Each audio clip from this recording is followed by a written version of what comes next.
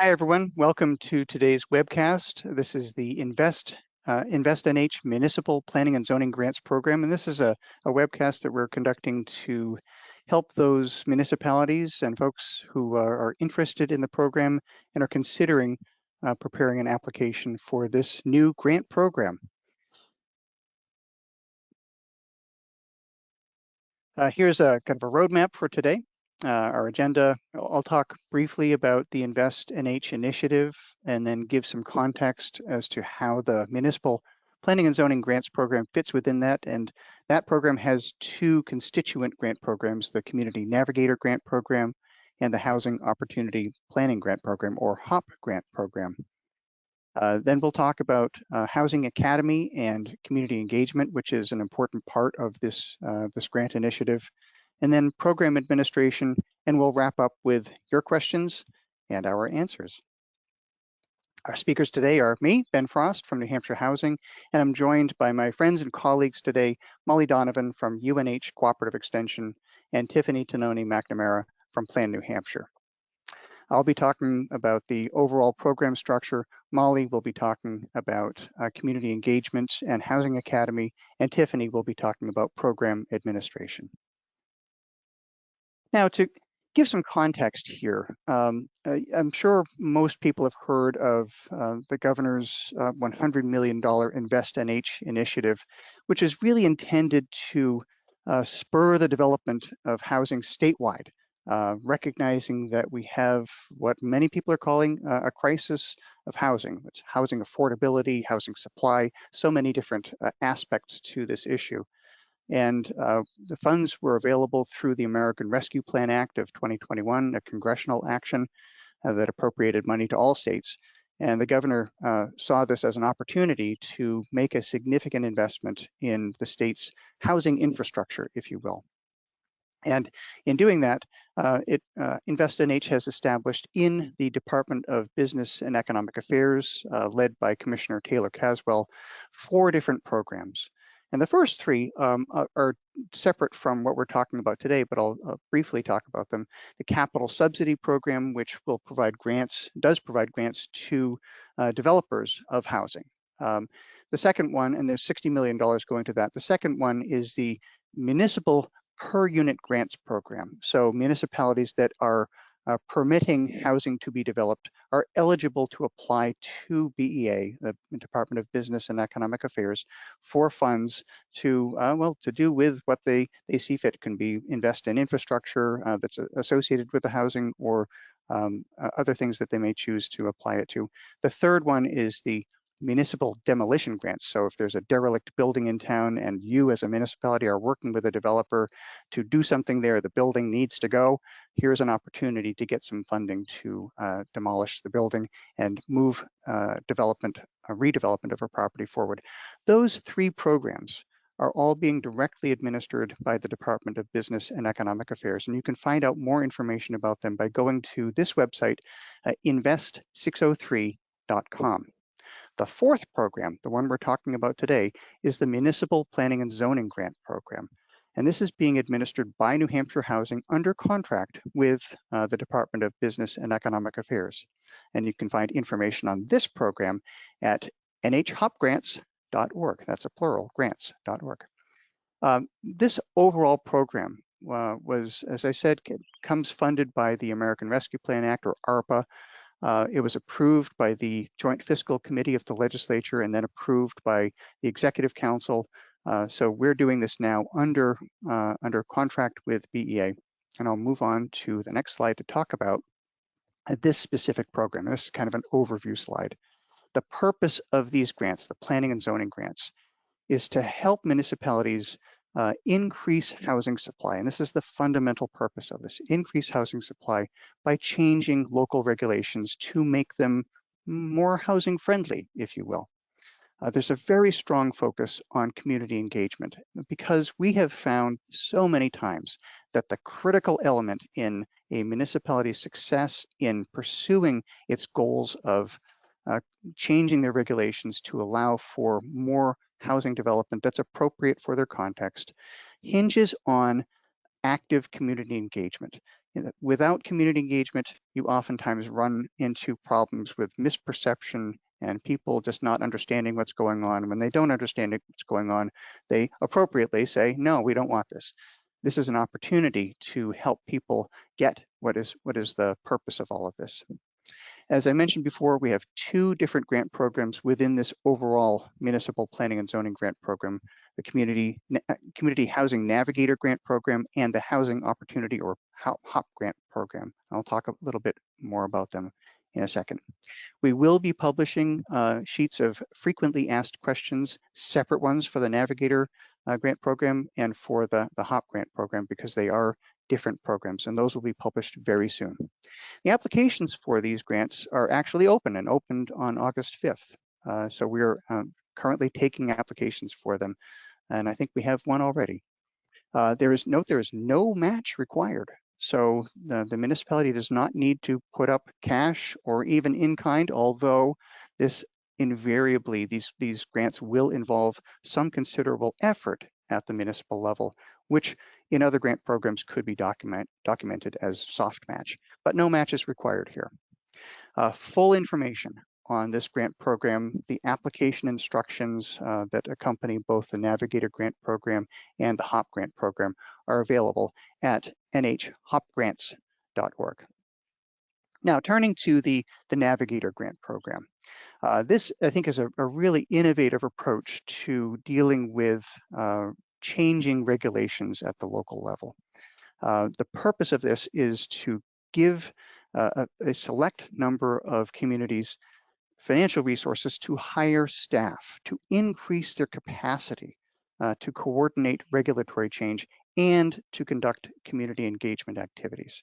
So the real fundamental purpose of the Navigator is to serve as a community organizer. This is not necessarily someone who has done a lot of drafting of zoning ordinances, but someone who has done community level work and knows how to get people together to talk about difficult issues. And we hope to come to some resolution too.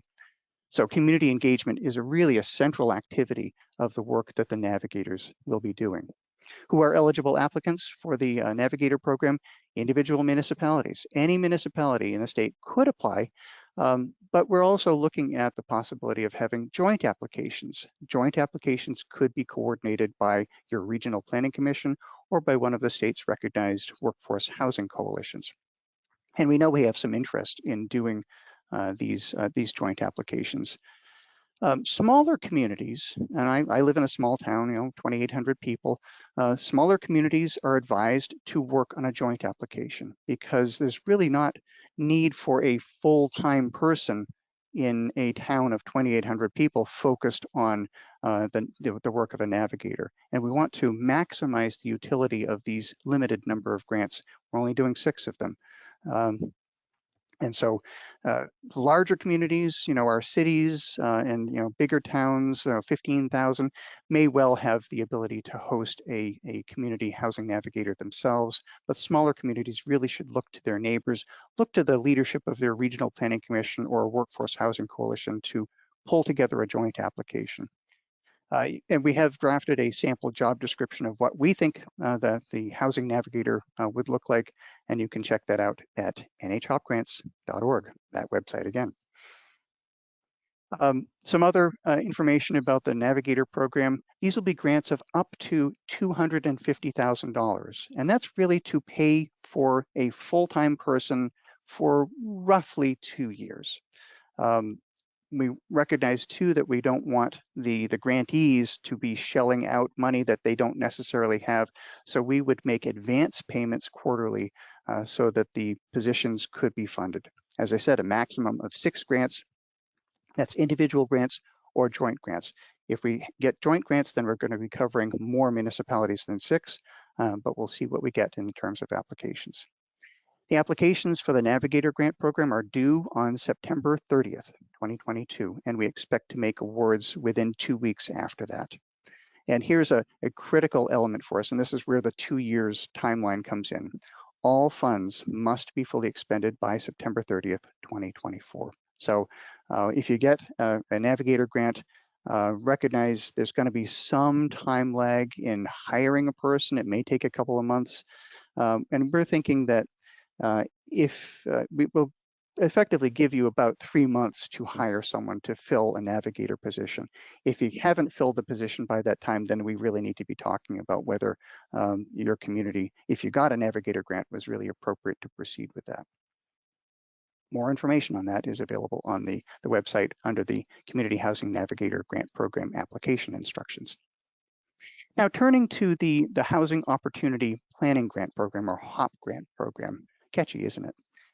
These are grants to municipalities to hire consultants, not staff, not an employee, but to hire consultants to work on one of 3 phases we've identified for local regulatory change and to conduct community engagement activities. The consultants won't necessarily be the leads in a community's community engagement activities, but would probably participate actively in it. Most of the community engagement activities under the HOP grants would be coordinated by existing staff or volunteers, and there'd be some assistance for that too. Who can apply?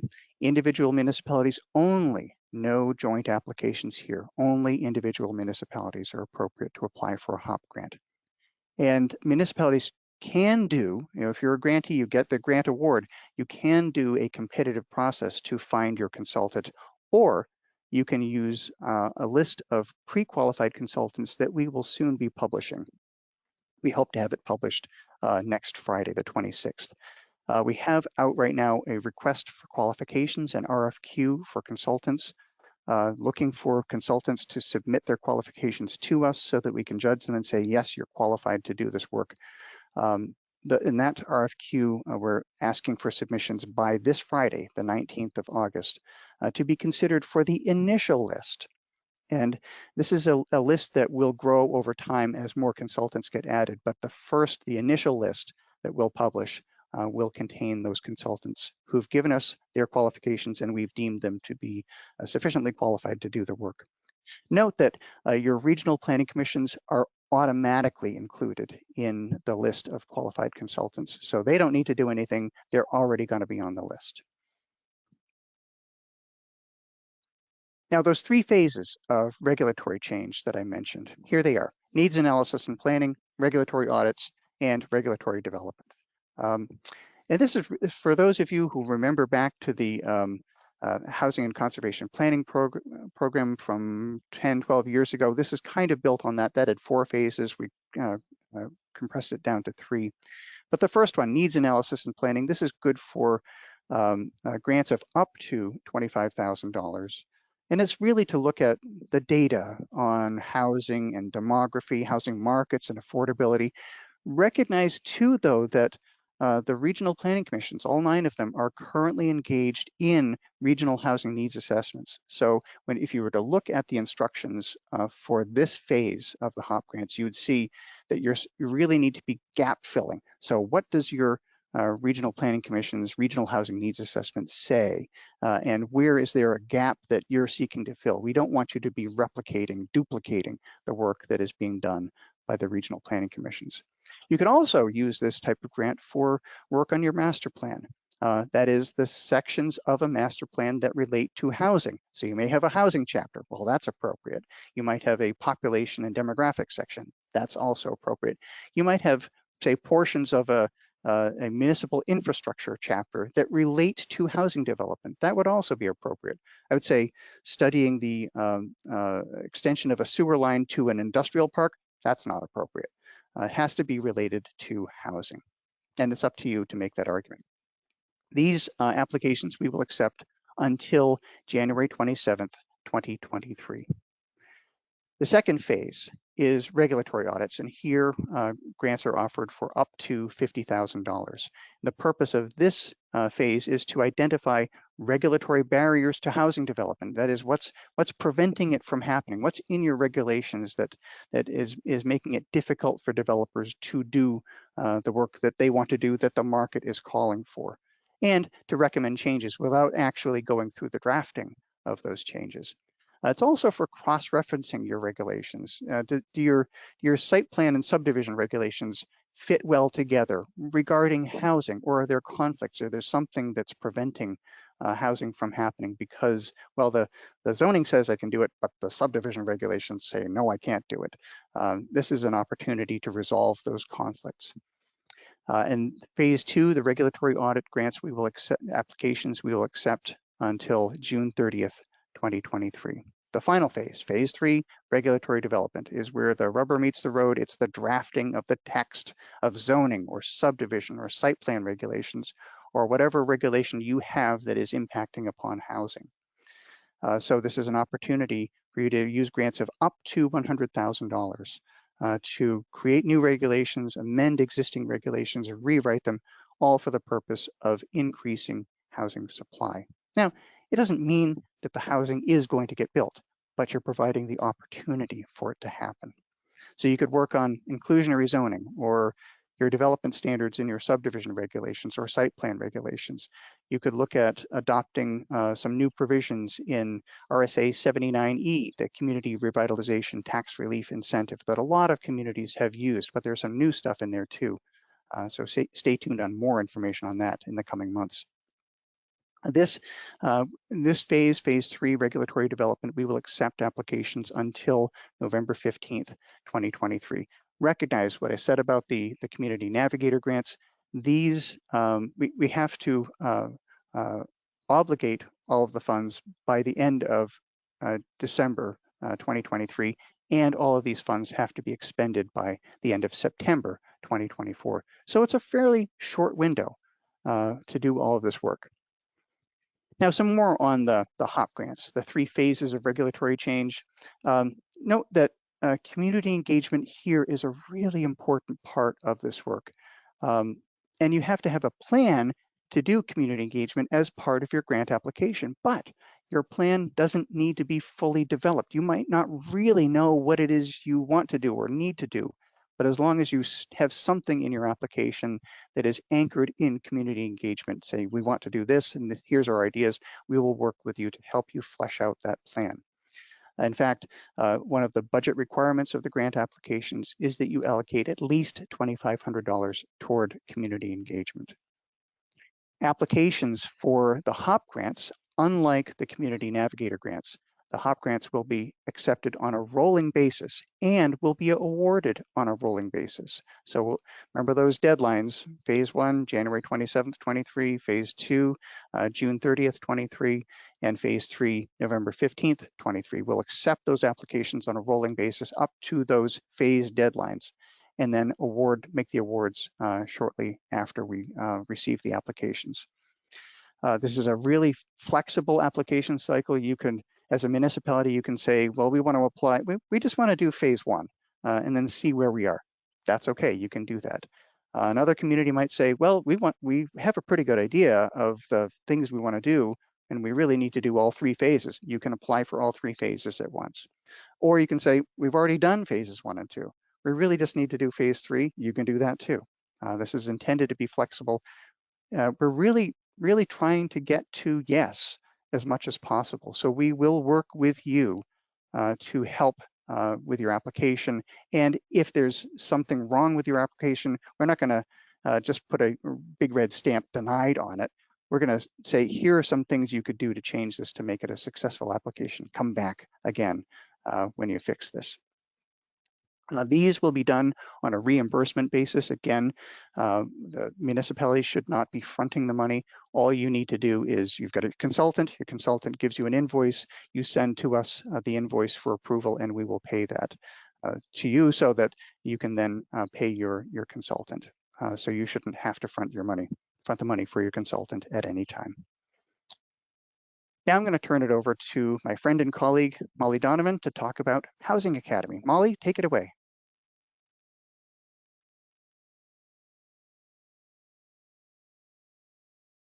Thanks, Ben, and good afternoon, everyone. So pleased to be here and see what a nice turnout we have today.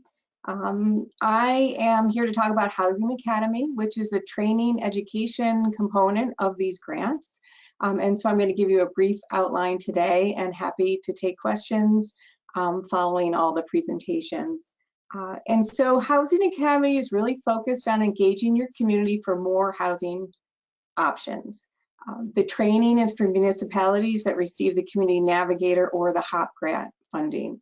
We are going to focus on two things: community engagement. How do you do it? How does it work? What is the best type of engagement for my community?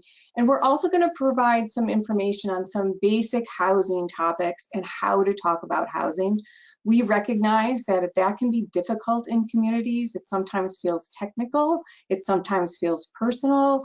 There's confusion about what folks mean about an increase in housing in their community. So there'll be plenty of resources for that. And when I say community engagement, I just want to be very clear. One important part of community engagement is your final public meeting before you make change. The community engagement we're really focused on is all the work that happens well before the official public meetings.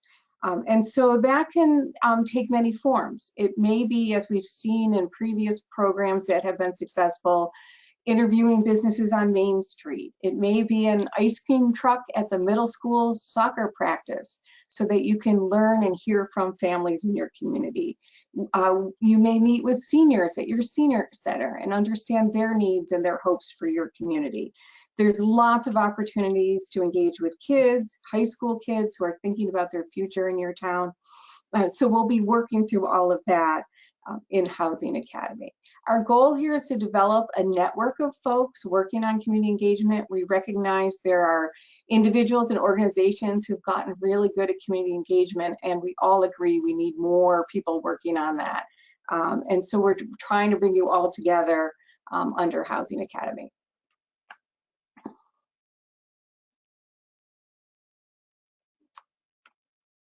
And I'm waiting for my slide to advance here. Give me a second. It advanced too much. Let me go back. Sorry. Yes, we practiced this and we were worried this would happen. All right, there we go. A little bit about the Academy format. So we are going to present materials in webinar format and online. We really want this to be convenient and available to as many people in the grant program as possible. We will have in-person sessions. We think those are important for learning, networking, connecting with each other. And we do some place-based training. If you've ever been to Extensions Academies before, you know that we like to go out into community and hear directly from community members. What's working, what's not, what's challenging, what have you tried? And we find this to be a very successful way of learning. The Housing Academy will be interactive. So as you come into the Academy, we're gonna practice these engagement techniques. We'll try things online together. We will work on what does it mean to do interviews with people or surveys, how do you use posters or art or creative things. And so all participants are really going to be practicing so you can go out in your community and implement your engagement plan. There'll be opportunities for communities to connect and share and learn from each other. So who should participate in Housing Academy? You'll see in the application that each grantee will identify at least one person to participate, but you can identify up to 3 participants. So we are very excited about this because this gives municipalities an opportunity to build their capacity with their staff and local volunteers. So you may think about staff members, elected officials, folks that are already volunteering on your board, certainly land use boards, but we love to have folks from Recreation Board, Conservation Commission, Economic Development. All these topics are related to our housing issues in our community. Really, any community member can participate. There's no experience necessary. We're not necessarily looking for folks who are housing advocates at all. We're looking for folks who are interested in engaging broadly in their community, talking and listening to lots of folks and letting that information help shape what your housing will look like in the future. We're excited that we're offering a stipend for volunteers to come into Housing Academy. It's a recognition that it's time and effort to do training, to strengthen your skills as a volunteer. And that is an allowable direct expense under the grant.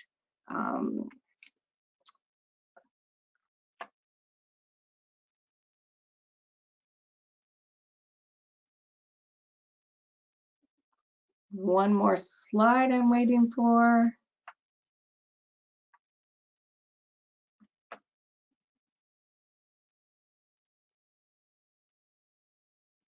I'm going to see if that keeps going, and I'm just going to keep talking if that's okay. Finally, we do have some key dates that we would like to share. Here we go. We have some key dates to kick off Housing Academy. We're hoping to bring you Housing Academy folks in as a group over time, but we will welcome you at different times because we do have online resources, and Extension is available for ongoing coaching and support on your community's plan. So we're not going to do your community engagement, but we're going to teach you how to do it and support you in doing it. Following our kickoff webinar, we hope to have an in-person session in October and November. Those locations will probably be determined by the applications that we have, and we'll look at those locations. And then in the winter months, we'll switch back to a webinar format for the convenience of everyone. And all along, we'll be offering online resources, which may be readings, they may be worksheets that are helpful in your community, it may be videos that train you or you may share in your community or with your other boards. So there's a whole variety of resources for folks in Housing Academy. Then we'll continue on with Housing Academy in 2023 with more webinars, in-person training, and likely some of those community visits as we get to the springtime, and we'll share more details about that. With that, I'm finished on my Housing Academy piece. I'm gonna send it back over to Ben, and I'm happy to take questions when we're done. Thank you. Thanks so much, Molly. That was a great run through of the Housing Academy, which we're so excited to be working with Cooperative Extension in this project. And one thing I didn't say at the outset was that you know, the work is contracted by the Department of Business and Economic Affairs to New Hampshire Housing. We're working in partnership with Cooperative Extension and Plan New Hampshire to run this overall program. So very excited to be working with you again, Molly. Same, thank you, Ben. Now I'm going to turn it over to Tiffany Tononi McNamara, who is the Executive Director of Plan New Hampshire, to talk about program administration. We are equally excited to be working with Plan New Hampshire in running this program. Tiffany? Thanks, Ben. My screen's a little funky here. Okay. Well, thank you both. Now, this might not be as exciting as Housing Academy, but certainly just as necessary. Plan New Hampshire is the program administration partner on this program. So really briefly, if you aren't already aware of Plan, we are a 501c3 organization dedicated to fostering excellence in planning, design, and development in New Hampshire's built environment. We also are the previous administrator of the Municipal Technical Assistance Grant, or MTAG, which is sort of the precursor to the HOP grants, if you will. So if you had experience with that program or knowledge of it, that will make sense to you. If not, it's okay, because it's, you know, it's a new era and we're moving into the Navigator and the HOP grants for the next couple years. Really quickly, I wanted to go over what our responsibilities are in terms of program administration, and also having a little trouble advancing my slide, but hopefully it will. Okay.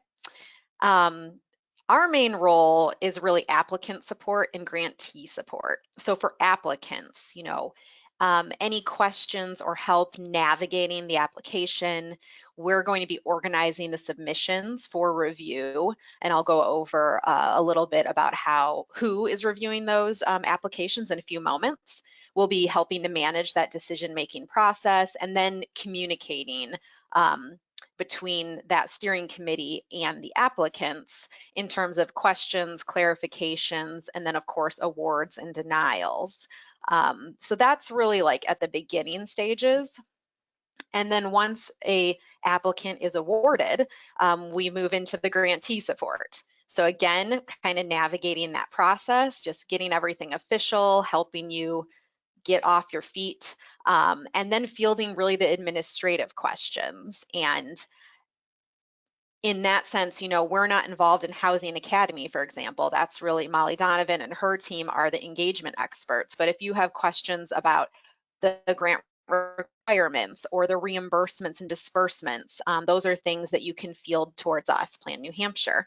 And we'll be also reviewing and approving any reimbursements, which will come directly from New Hampshire Housing, but we're kind of that middle organization, just helping to bring things along smoothly and cleanly, hopefully, and we'll be the point agency in terms of any reporting for grantees. That might happen throughout the process as well as final reporting.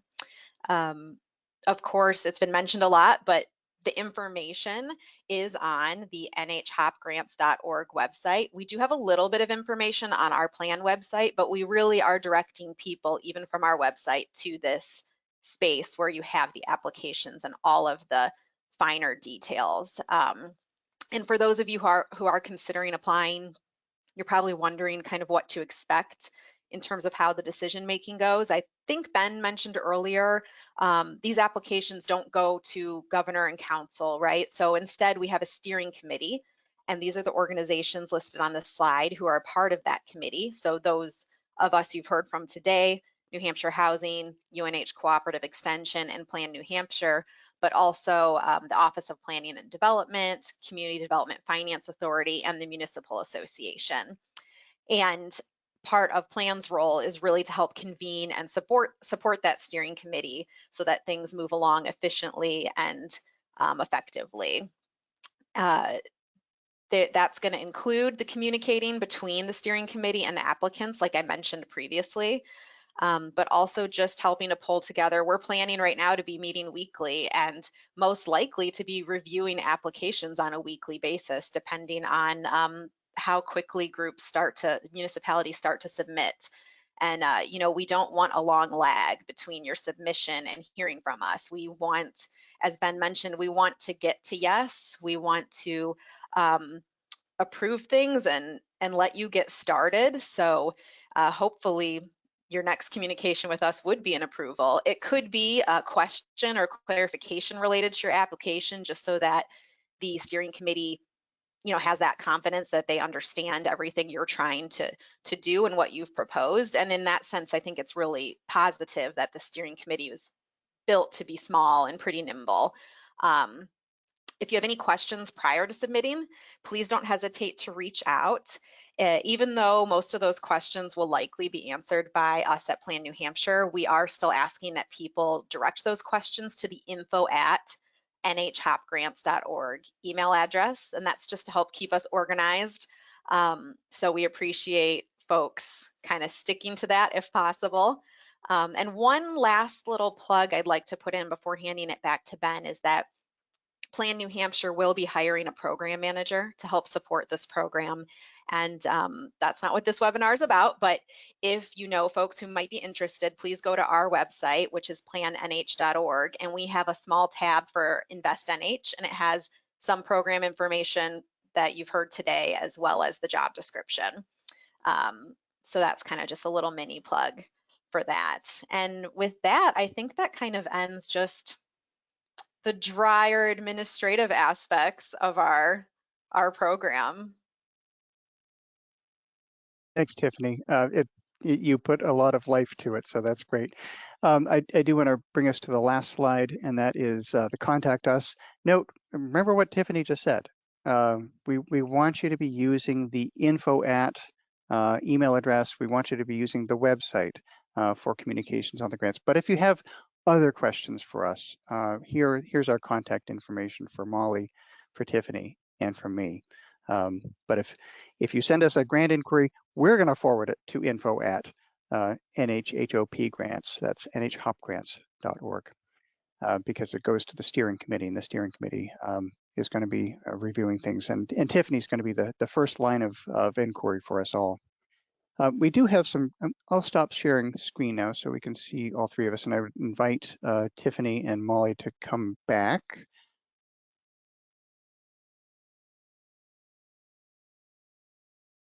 Yeah, we're all here.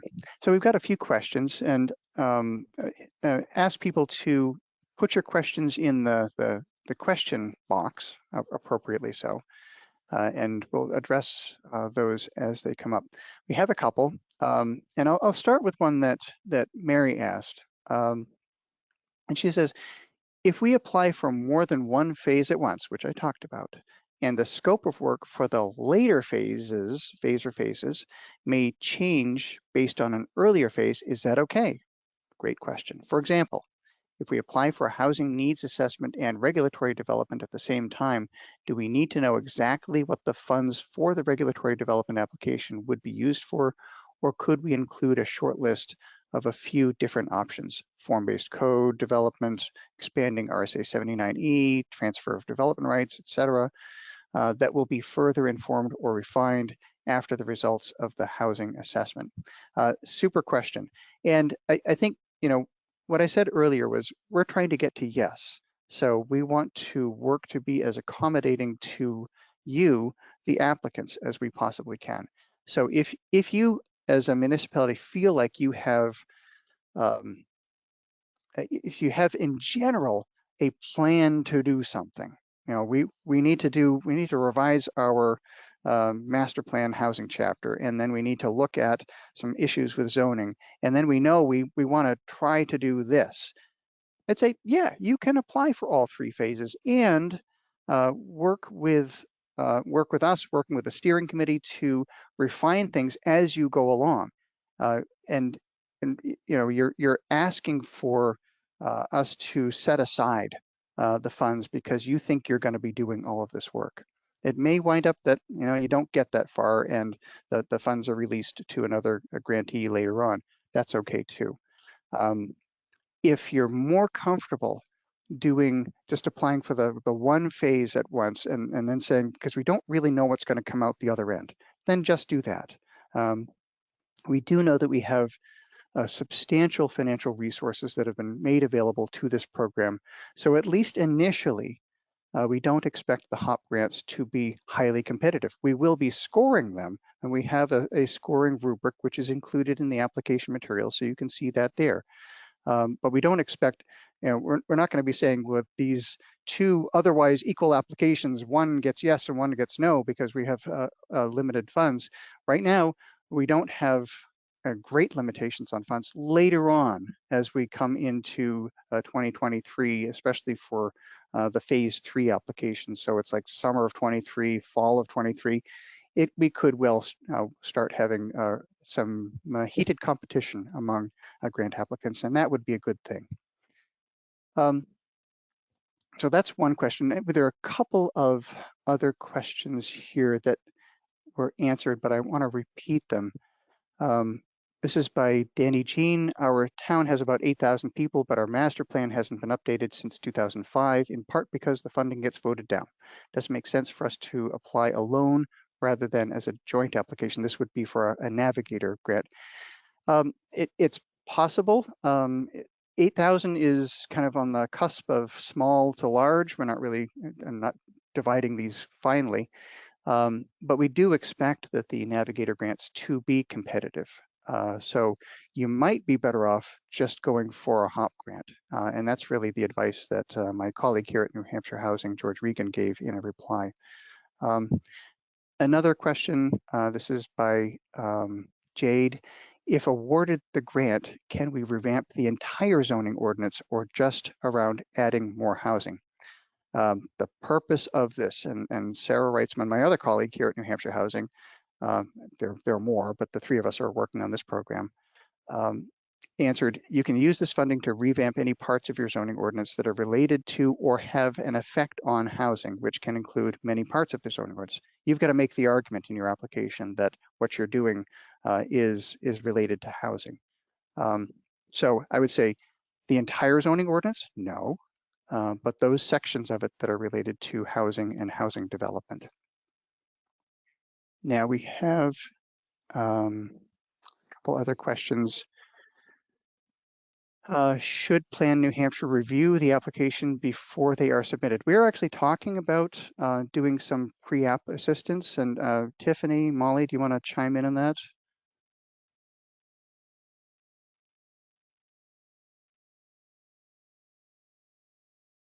Either of you? Sorry. I Okay, can I'm keep here. talking. Just in terms of the type of assistance prior to submitting. Yeah. Yeah. Well, I mean, first of all, we're hoping for a deluge of applications. So I hope to say like, oh my gosh, I just don't have the bandwidth. But right now, the goal really is to work with anyone who reaches out and has a question about maybe what the application question means or the type of project you're looking to propose. We want to be able to help you submit the best application you can.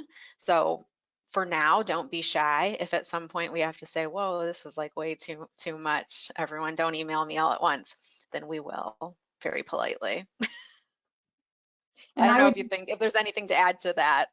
Yeah, I would add on the engagement section and just emphasize what you said earlier, Ben, that community's engagement plan does not need to be fully fleshed out. What we want to get a sense of is that you have a commitment to engaging your community, to talking and listening to lots of folks, to using that information seriously to help impact what it is you decide to do. I'm happy to take questions on that, but we certainly don't expect you to know what engagement tools you're going to use, how you're going to use them, and all of that. I think it's really this spirit of understanding where your community is on this housing topic and what their needs and desires are, how that fits into the type of community you are, and how you can work together as a community to move forward on expanding housing choices. That's great. Thank you. Julie asks, who in the program will be providing forms for invoice payment and volunteer stipends? Well, the invoice payment, you know, if you have a HOP grant, you have a consultant doing the work for you. That consultant will be billing the municipality, providing an invoice to the municipality. That invoice would be directed to info@, and Tiffany would be the first review of it. And so she would review it, approve it, or prepare it for approval, then submit it to New Hampshire Housing for payment. So New Hampshire Housing is going to be doing the financial back end of this program, but Tiffany is going to be the one who's okaying the payment of the invoices. And the volunteer stipends, so it's a little bit different here because we don't want to be receiving all, I think it's 1099s. That's a relationship between the municipality and their volunteers. We will make a payment to the municipality so that they can make their stipends available to their volunteers. Did I get that right? Okay. Yes. Mark asks, who sits on the steering committee? Great question. You're looking at 3 of them right now. So we 3 are on the steering committee. Also from New Hampshire Housing, George Regan and Sarah Reitzman. We have Molly Kaler from the Community Development Finance Authority, Noah Hodgetts from the Office of Planning and Development, and we have Steve Buckley from the Municipal Association. Did I get everyone? I think so. Okay. Yep. Is there an estimated time frame for when the regional planning commissions will complete their regional housing needs assessments? And that's a great question from Julie. Yes, the regional housing needs assessments are supposed to be done, I think, by December. Now, that doesn't give a lot of time, December to the phase 1 application deadline of January 27th, 23. It's a month. It's sufficient time to put together an application, certainly. But you could probably confer with your regional planning commission to see what direction they're going in. They've done substantial work already on these regional housing needs assessments, with thanks in large part to the great work that Noah Hodgetts has done at the Office of Planning and Development. So there's an opportunity to get draft work or to get some feedback from the regional planning commissions even before they publish the final version. And Mark asks, is there a rotating application, rotating award? For the HOP grants, yes. So it's a rolling admission. It is, we're not going to college. It is rolling applications and rolling awards for the HOP grants for all 3 phases. Just keep in mind those the application closing deadlines for each of the 3 phases. Phase 1 closes end of January, January 27th, 31st, January 27th, 23. Phase 2 closes June 3rd, 23, and phase 3 closes November 15th, 23. But we'll receive them on a rolling basis and we'll award them on a rolling basis as well. And we don't have any more questions at this time. We've gone for about 45 minutes. Everyone keep in mind that email address, info@NHHOP, H-O-P, grants, plural, grants.org. info@nhopgrants.org. Send your questions there. And if you don't get to ask them here in this webinar, or if you're viewing the recording of this webinar and you're not live and can't ask us right now, just send your questions our way to that email address and we will get back to you. Ben, we had one question on the interest form ahead of time, and I'm wondering if you might want to address it. It was, are towns that do not have zoning ordinances eligible to apply for the HOP grants? That's a great, I didn't see that question, but it is an outstanding question because there are actually communities in New Hampshire that don't have zoning. I think the count is 19 communities. Most of them are up north, but there are a couple, I think Leominster and Tamworth don't have zoning ordinances either. So yes, if you want to do a master plan and you don't have one, or if you have a master plan and you want to revise it, yes, you can apply for a HOP grant to do that. I think most or all communities, even if they don't have zoning, do have subdivision regulations and a planning board. There might be 1 or 2 that don't even have that. So those communities, if you want to revise your subdivision regulations so that you are increasing the opportunity for housing development, so we increase housing supply, that's the fundamental purpose of all of this, then you would be eligible to apply. Recognize up north too, there are the unincorporated areas that are served by the Coos County Planning Board. The Coos County Planning Board is eligible to apply for HOP grants because they are a zoning regulator, if you will. So they do the land use planning and zoning for all of the unincorporated places in Coos County, and there are quite a few of them. Likewise, we have some village districts sprinkled throughout New Hampshire that have unusually have zoning power. And there, I think Boar's Head is one, the Kearsarge Lighting Precinct is another. They have the power through the act of their creation, they have the power to do zoning. They too would be eligible for HOP grants because they have the ability to zone, they have the ability to apply for these grants.